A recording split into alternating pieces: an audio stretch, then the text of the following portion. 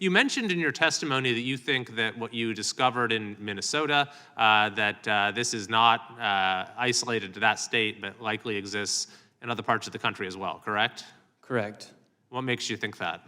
Well, now you're seeing, since I've posted that video, lots of other people have started to go to other locations, for instance, in Ohio, or in Maine, or in California. They're also seeing the similar fraud take place in other daycares, for instance, in a lot of other locations.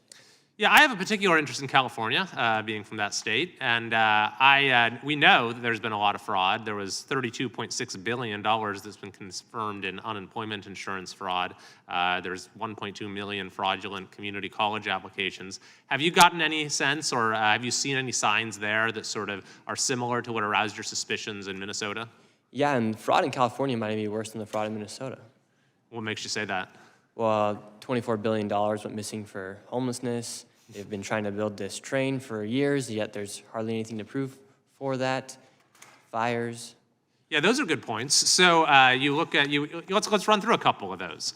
Because I mentioned the areas where we have confirmed fraud, but then you also have these areas where you have so much spending, and then we look at what results from that spending, and there's nothing. So $24 billion in homelessness, and yet the homeless population went up, and a state audit found that they couldn't even figure out where the money went or what the outcomes linked to that spending were. Is that something that is kind of a red flag for you?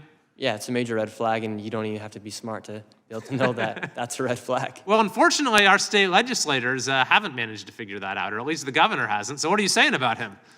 They're not smart. No, but yeah, I mean, it's so obvious, and that's what we saw in Minnesota, is how complicit the government has been in enabling this fraud to happen. Quality Learning Center had over 90 violations, yet they continue to give that daycare $1.9 million. Yeah, that's a great point. That there's the political accountability just hasn't been there, and that's what enables it to continue. So then you mentioned the high-speed rail as well. So there has been about $18 billion spent so far. No track has been laid, and not a single passenger has ridden the train. So when you spend $18 billion on a train and there's no train, does that raise suspicions for you? Yes. So you think that might be something worth looking at? For sure.